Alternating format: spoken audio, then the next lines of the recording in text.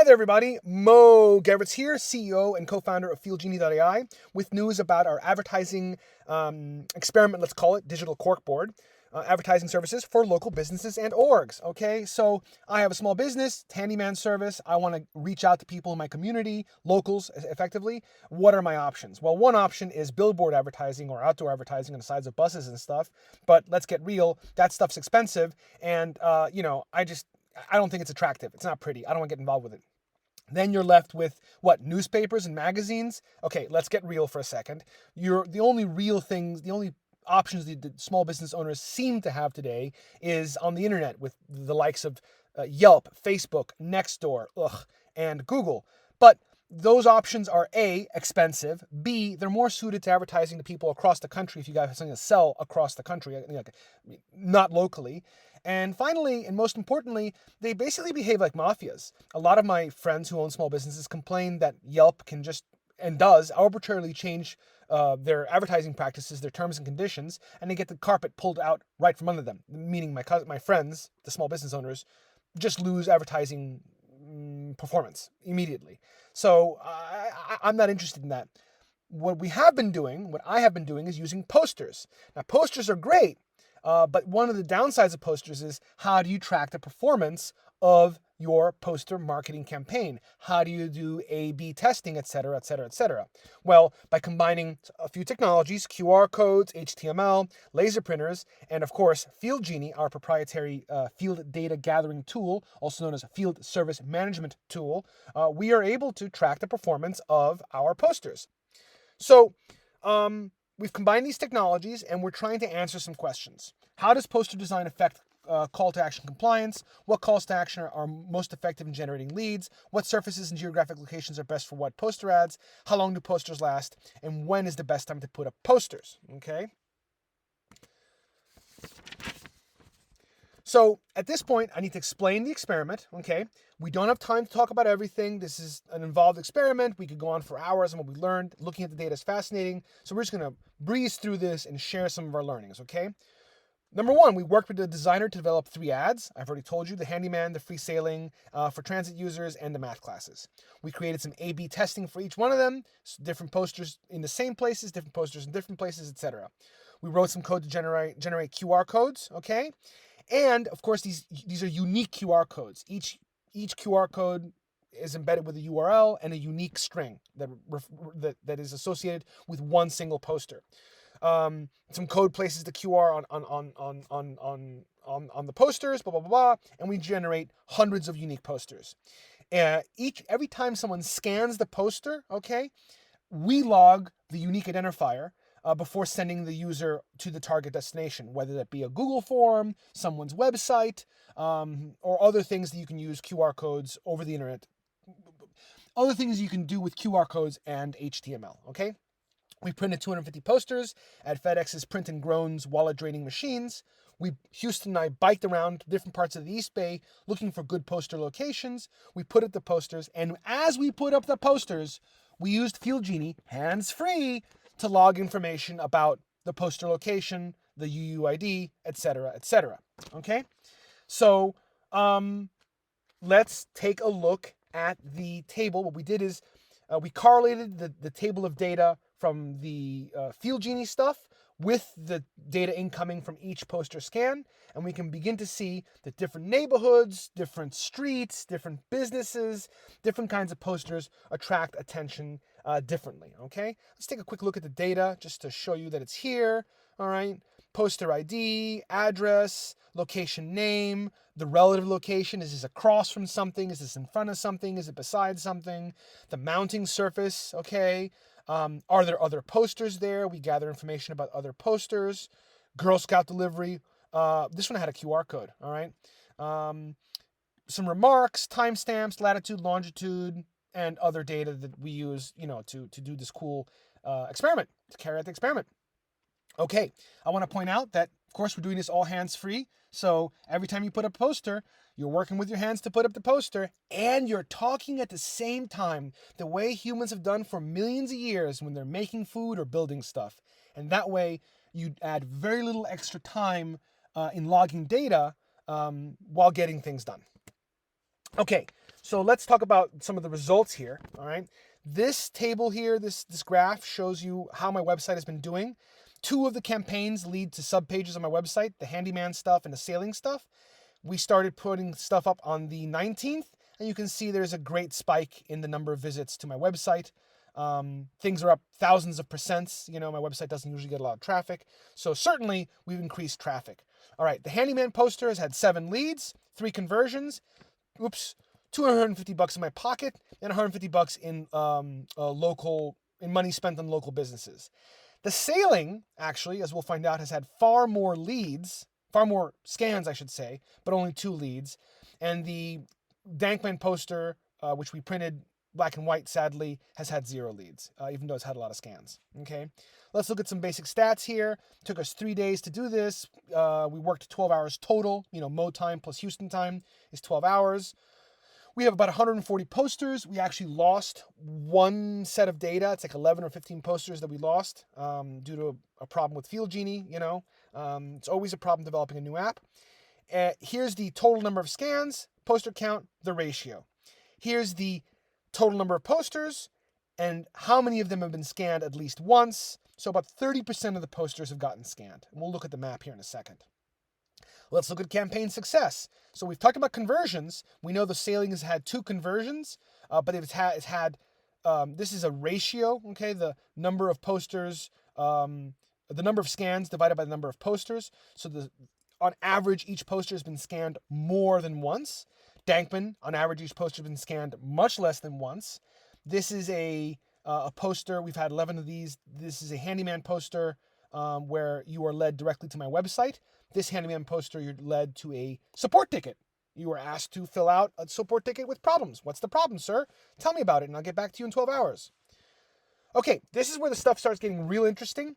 Let's say we want to know when people scan posters. What is the best time to put posters? Should you put posters up at night? Well, sure, but they'll get scanned the next day. They'll mostly get scanned during the dinner or supper hour here. Notice that. Notice you'll get kind of consistent scanning after, you know, work starts throughout the day, maybe a bump for lunch. Definitely a huge bump here at supper, and it decreases after dark, after dinner, after people go home. Okay? I wonder what this would be like in a European city. I don't know. This is what it's like here in the East Bay. Let's look at the distribution of scans over the week, okay? So Saturday is surprisingly depressing in number of scans. I guess people are too busy at the climbing gym. Sunday here, all right? Lots of scans on Sundays. Lots of scans on Thursdays. Friday ain't bad. But Monday, okay, I won't narrate this. You can see what's going on here. Interesting. All right, this is a still image, a still map that shows you where we've put up posters and where we're getting scans. The little green square means there's a poster there and no scan. And then, as you can see, the colors increase number of scans. But let's be more interactive here. Let's just open this puppy up. And let's zoom in. This is QGIS. All right. When you have a table of data from FieldGenie, you can just import it straight into QGIS. All you do is you go to layer, add delimited layer, and wow, bama llama, you get all this cool data right there. That's Albany High right there. This is Solano. Here's where we're missing the posters. Lots of scans have come in from these, but we don't have the data. Okay, let's click on some of these. Let's see what we can find out. All right, this one's gotten 3 scans. It was put up by Houston. It was put up on a utility pole. It's in front. There's another poster there called Critical Hit Comedy Show. Anything else? 50 feet from the corner of Portland Avenue and Massachusetts, I assume. I'm not going to zoom in. I don't care. Okay, let's take a look at something else here. What else we got? Oh, this is Gilman and Hopkins. Terrible. Here's Monterey Market. Terrible. Not a walkable neighborhood. Now, I really am interested in putting more posters up in Central Berkeley. This is one poster I put across from a park in near Ashby. Here's the Ashby BART station. And look at this. 5 scans. Nice. Very quickly. In fact, one of these people filled out the I want to go sailing form, and they'll go sailing this weekend probably. Okay, they got some free sailing. Here is Temescal. These are all Eritrean stores where I asked permission to put up posters. Let's take a quick look at that. Let's see, clicky here. Zion Market, outside the front door. This is a window post.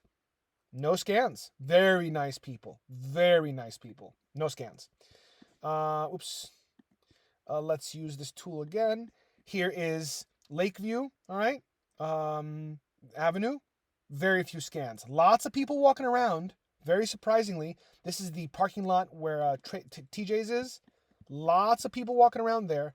Almost no scans. No scans. Just one right here, okay? By the Jewish deli. This is Broadway. The streets team keeps the lampposts super clean. You can't put any posters up here. This is all inside stores. They don't do so well. They don't do so well. This is Bike East Bay. You'd think Bike East Bay would help proselytize free sailing for bike and transit users, but I'll just stop talking there. This is the Diamond District. Nothing there. This is the Laurel Heights. One scan per poster approximately. Here's 2 scans.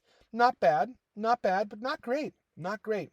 And then here is Alameda.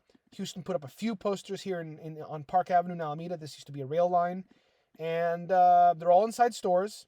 Very little scannage. A little bit of scannage, but not great. Not great. We may have to fire Houston. Okay, so that's enough about that. Let's go back to the presentation. One question that we ask ourselves is, how well does each surface do? Okay, so utility poles get a lot of views. Utility poles are great, and if you think about it, where they're placed, how narrow our sidewalks are, etc., etc., etc., this kind of makes sense. Makes a lot of sense. Handed to rep. This means you go into the store, you hand them the thing, you say, "Hey, can I?"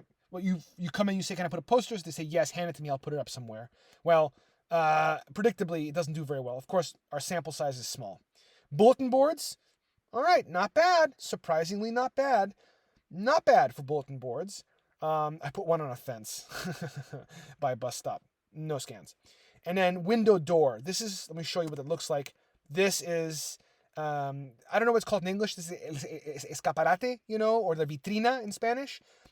Old businesses that used to rely on foot traffic would have these windows. And here's a door, and you can walk, you can see stuff. Anyway, they don't do so well, surprisingly. At least they haven't for me. Now, this brings me to our penultimate point. Like I said, people have ridiculed the whole poster thing, and the question is, well, who uses posters? And let me read to you a short list of the kind of posters we have found. Like I said, we keep track of the posters we find where we're putting up posters, so we have an idea of who's putting up posters, all right? Here goes. Here goes. All right. The U.S. Army, city officials, politicians including mayors, musical groups, comedy groups, yoga instructors, and other guides including tutors, teachers, healers, psychologists, coaches, so on and so forth. Religious groups, anti-establishment wackos, generally unhinged people, people looking for lost family, lost pets, lost vehicles, people looking for housemates, people people looking for places to live. People advertising garage sales, people advertising Girl Scout cookies with QR codes on the Girl Scout poster in fancy neighborhoods. And of course, laborers, people offering real world valuable services, not AI trash, not new crap you're going to put in the attic eventually or put in the garage and store, but actual valuable services. If mine's not valuable, surely Jose Gonzalez's tree service is valuable, okay? Affordable couples therapy, accounting tax services, and this is in a laundromat in the Upper Laurel, in Laurel Heights. Everything's in Spanish, and we're offering services, places to live to other Spanish speakers. So, we're expanding this effort. We're gathering more data. We're beginning to develop routing paradigms. So as we deploy people to put posters out there, we send them out on particular routes. We send them to places that we've actually found to be effective, as opposed to sending them to places where they're not effective. We can track compliance, because every time they put up a poster, they tell us about it and they take a picture. So we know the work is actually getting done, which is important. If I'm going to spend $1,000 to have 1,000 posters or 500 posters distributed on the East Bay, I want to know those posters actually got put up. And ultimately, if you have a bunch of people out there using FieldGenie, trained to gather data, you can gather data not just about the posters and poster locations, but you can do lead generation. For example, in this neighborhood, which yards should get targeted quotes for landscaping services, which houses, which addresses should get targeted ads, targeted quotes for, say, roofing work or junk removal. You get the picture. Okay? If you are interested in reaching more people who live here locally and actually getting more bang for your buck, paying for results, not platform fees, receiving detailed analytics from your poster-based advertising campaign, and getting your message in front of real people in the real world here in the East Bay, please get in touch. We would like to work with you to make your business or your organization successful in its advertising goals. Also, as we scale this up, and we are scaling it up, we're talking to a few friends now who are interested in working with us. We need help with poster design. We need designers. We need web design. We need designers. We need data analysis. Currently, I'm doing data analysis, but I'm not the best in the world. If you want to help, maybe you can do some data analysis with us. And finally, we need to work with people to deploy the posters, okay? Right now, it's just Houston and me, but as this grows and as it becomes more successful, we're going to need small armies of people earning money by using our field service management tool, FieldGenie, and carrying out various jobs, including putting up posters. Thank you very much for your time. Bye-bye.